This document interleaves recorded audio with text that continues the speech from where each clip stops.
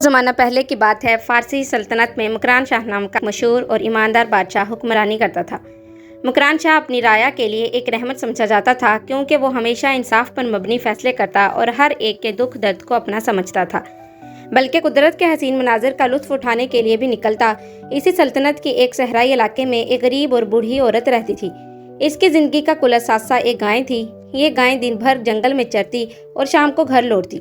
بوڑھی عورت اس کا دودھ نکال کر اپنی بھوک مٹاتی اور زندگی کے دن کاٹتی۔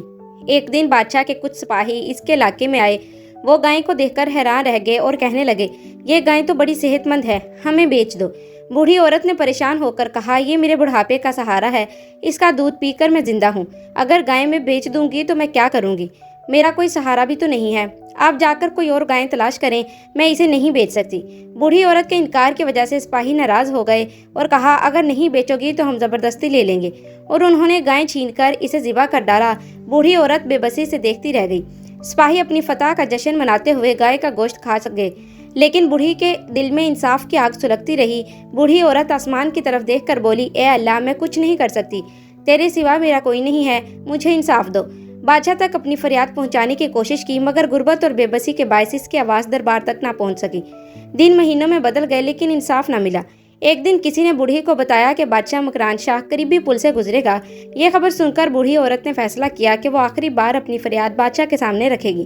جب مکران شاہ کا قافلہ پل پر پہنچا تو بوڑھی عورت ہمت کر کے آگے بڑھی اور بادشاہ کے گھوڑے کی لگام تھام لی۔ بادشاہ حیرت سے رک گیا اور بولا، ماجھی کیا بات ہے؟ تمہارے چہرے کی یہ بے بسی کس دکھ کی کہانی سناتی ہے؟ بوڑھی عورت نے آنکھوں میں آنسو لیے کانپتی ہوئی آواز میں کہا، مکران شاہ، تیری سپاہیوں نے میری گائے ذبح کر کے کھا لی ہے۔ یہ گائے میرے بوڑھے وجود کا سہارا تھی۔ اب بتا، اس کا حساب یہاں کھڑے ہو کر دے گا یا پولیس رات پر؟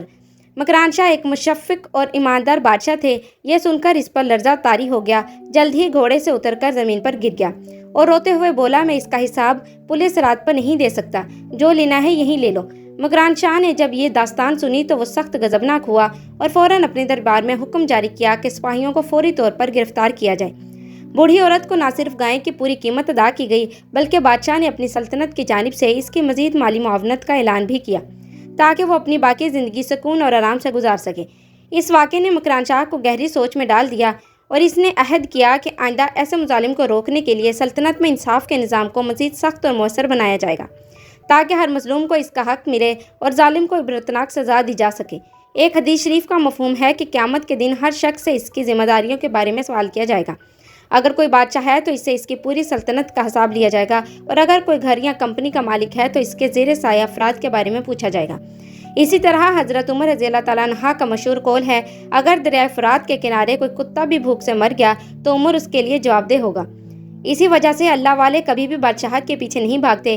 یہ واقعات ہمیں ایک گہرا سبق دیتے ہیں کہ انصاف اور دوسروں کے حقوق کا خیال رکھنا ہماری زندگی کا اہم حصہ ہونا چاہیے۔ اکثر ہم اپنی آسائشوں اور خوشیوں میں اس قدر مگن ہو جاتے ہیں کہ اپنے سے کمزور لوگوں کی تکالیف کو نظر انداز کر دیتے ہیں۔ امید ہے آپ نے اس کہانی سے بہت کچھ سیکھا ہوگا۔